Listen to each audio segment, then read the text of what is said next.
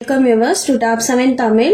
இந்த வீடியோல வந்து நம்ம ஆங்கிலேய கவர்னர் ஜெனரல்கள் கொண்டு வந்த திட்டங்கள் பத்தின ஷார்ட்கட் தான் பார்க்க போறோம். சோ இந்த क्वेश्चन பாத்தீங்கன்னா வந்து police exam, TNPSC exams, RRB exam எல்லா எக்ஸாம்லயுமே வந்து இந்த क्वेश्चन வந்து கண்டிப்பா கேட்பாங்க. நம்மளுக்கு வந்து சில சமயம் யார் யார் எந்தெந்த திட்டங்கள் கொண்டு வந்தாங்க அப்படின்னு சொல்லி சில சமயம் கன்ஃபியூஸ் ஆகும். ஸோ ஷார்ட்கட் வச்சு படிச்சுக்கிட்டோம்னா வந்து நம்மளுக்கு ஈஸியா இருக்கும் எழுதுறதுக்கு. ஸோ அதனாலதான் வந்து இந்த வீடியோல இந்த டாபிக் வந்து போட்டிருக்கேன். இப்ப யார் யாரு எந்தெந்த திட்டம் கொண்டு வந்திருக்காங்கன்னு பார்க்கலாம். ஃபர்ஸ்ட் பாத்தீங்கன்னா ஹாஸ்டிங்ஸ் பிரபு வந்து தாய்மொழி பத்திரிகை சட்டத்தை வந்து கொண்டு வந்திருக்காங்க. சோ இதுல வந்து பத்திரிகை எடுத்துக்கங்க, இதுல கேஸ் அப்படின்றது எடுத்துக்கங்க. சோ எந்த கேஸா இருந்தாலும் பத்திரிகையில வரும். ஓகேவா? அடுத்து வந்து டல்ஹௌசி பிரபு வந்து வாரிசு இழப்பு கொள்கையை வந்து கொண்டு வந்திருக்காங்க. சோ இதுல வந்து வாரிசு இழப்பு, இது டல். ஓகேவா? வாரிசு இழந்தவங்க டல்லா இருப்பாங்க. ஓகேவா? அடுத்து ஜார்ஜ் பார்லோ வேலூர் கழகம் அந்த திட்டத்தை கொண்டு வந்திருக்காங்க. சோ இதை எப்படி ஷார்ட்டா வச்சுக்கலாம் அப்படின்னா, கழகம்னாலே போலீஸ் வந்து சார்ஜ் பண்ணுவாங்க. ஓகேவா? அடுத்து வந்து லிட்டன் பிரபு டெல்லி தர்பார் ஆயுத சட்டம் வந்து கொண்டு வந்திருக்காரு.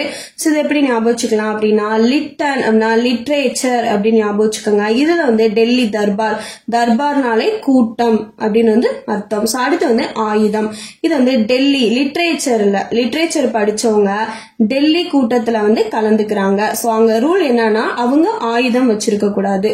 ஓகேவா? அடுத்து வந்து ரிப்பன் பிரபு வந்து முதல் தொழிற்சாலை சட்டத்தை வந்து கொண்டு வந்திருக்காரு. அடுத்து தல சுய ஆட்சியை வந்து தோற்றுவித்திருக்காரு. சோ எப்படி ஷார்ட்டா ஞாபகம் வச்சுக்கலாம் அப்படின்னா, முதல் தொழிற்சாலை தொடங்கும் போது நம்ம ரிப்பன் வெட்டி கட் பண்ணுவோம். சோ இது ரிப்பன் ஞாபகம் வச்சுக்கலாம். அடுத்து பாத்தீங்கன்னா தலை, சோ தலையில என்ன கட்டுவோம்? ரிப்பன் கட்டுவோம். ஓகேவா? அடுத்து வந்து கானிங் பிரபு வந்து பொது ராணுவ பணியாளர் சட்டத்தை வந்து கொண்டு வந்திருக்காரு. இதை எப்படி ஷார்ட்டா ஞாபகம் வச்சுக்கலாம் அப்படின்னா, ராணுவ பணியில வந்து கண்ணீர் வெடி வந்து யூஸ் பண்ணுவாங்க. சோ கானிங் அப்படின்றத கண்ணீர் வெடி அப்படின்னு வந்து ஞாபகம் வச்சுக்கோங்க. சோ ராணுவ பணியில வந்து கண்ணீர் வெடி வந்து யூஸ் பண்ணுவாங்க. அடுத்து வந்து டல்ஹௌசி பிரபு மின்சார தந்தி முறை. சோ இதை எப்படி ஞாபகம் வச்சுக்கலாம் அப்படின்னா, மின்சார தந்தி இல்லாட்டி டல்லா இருக்கும். சோ எப்படா லெட்டர் வரும் அப்படின்னு டல்லா இருக்கும். சோ மின்சார தந்தி முறைனா டல்ஹௌசி. அடுத்து வந்து வெல்லஸ்லி பிரபு வந்து துணைப்படை திட்டத்தை வந்து கொண்டு வந்திருக்காங்க. சோ இதை எப்படி ஞாபகம் வச்சுக்கலாம் அப்படின்னா, வெளியில போனா வந்து துணையோட போகணும். ஓகேவா? அடுத்து வந்து சர் ஜான்சோ இவங்க வந்து தலையிடா கொள்கையை வந்து கொண்டு வந்திருக்காங்க. சோ இதை எப்படி ஞாபகம் வச்சுக்கலாம் அப்படின்னு வந்து தலையானது ஜான் அளவு தான் வந்து இருக்கு. அடுத்து பாத்தீங்கன்னா வந்து மேயோ பிரபு முதல் மக்கள் தொகை கணக்கெடுப்பு மற்றும் இந்திய புள்ளியியல் துறையின் தந்தை என அழைக்கப்படுறாரு. சோ எப்படி ஷார்ட்டா ஞாபகம் வச்சுக்கலாம் அப்படின்னா, இதுல வந்து மே எடுத்துக்கோங்க. மே மாசம் வந்து வெயில் அதிகமா இருக்கும். சோ உடம்புல வந்து புள்ளி புள்ளியா வரும். சோ மே மாசத்துல புள்ளி புள்ளியா வந்தவங்க எத்தனை பேர் அப்படின்னு சொல்லி கணக்கு எடுத்திருக்காங்க. ஓகேவா? அடுத்து பாத்தீங்கன்னா ராபர்ட் கிளைவ் வந்து ஆற்காட்டு வீரர் வந்து சொல்லப்படுறாரு. சோ இதை எப்படி ஞாபகம் வச்சுக்கலாம் அப்படின்னா, காட்டுல வந்து கிளை இருக்கும். ஓகேவா? சோ காட்டுல கிளை இருக்கும். அப்ப ராபர்ட் கிளைவ்னா ஆற்காட்டு வீரர். அடுத்து டல்ஹௌசி பிரபு வந்து பொதுப்பணித்துறையின் தந்தை என அழைக்கப்படுறாரு. இதை எப்படி ஞாபகம் வச்சுக்கலாம் அப்படின்னா, பணித்துறை எடுத்துக்காங்க, இதுல வந்து டல் எடுத்துக்காங்க. சோ வேலைக்கு பணியில இருக்கவங்க வந்து டல்லா இருப்பாங்க. ஓகேவா? அடுத்து கேரன் வாலிஸ் எந்தெந்த திட்டம் கொண்டு வந்திருக்காருன்னா, ஜமீன்தாரி திட்டம் மற்றும் இந்திய ஆட்சி பணியின் தந்தை என அழைக்கப்படுறாரு. சோ எப்படி ஞாபகம் வச்சுக்கலாம் அப்படின்னா, ஜமீன்தாரரும் ஆட்சியில இருக்கவங்களுமே வந்து கார்ல தான் வருவாங்க. சோ ஜமீன்தாரும் ஆட்சியில இருக்கவங்களும் கார்ல வருவாங்க. ஓகேவா? அடுத்து வந்து வில்லியம் பெண்டிங் வந்து சதி என்னும் உடன்கட்டை ஏறுதலை ஒழித்தல் மற்றும் மகள்வாரி முறையை வந்து அறிமுகப்படுத்தியிருக்காரு. சோ இதை எப்படி ஞாபகம் வச்சுக்கலாம் அப்படின்னா, இதுல வில்லியம் பெண்டிங்ல வந்து பெண் எடுத்துக்கோங்க. சோ இந்த சதி என்னும் உடன்கட்டை ஏறுது யாருன்னா பெண் தான் ஏறுவாங்க. இதுல மகள் என்பது வந்து பெண் அப்படின்னு ஞாபகம் வச்சுக்கோங்க. சோ ரெண்டுலுமே பெண் வரதுனால இது வில்லியம் பெண்டிங் பிரபு.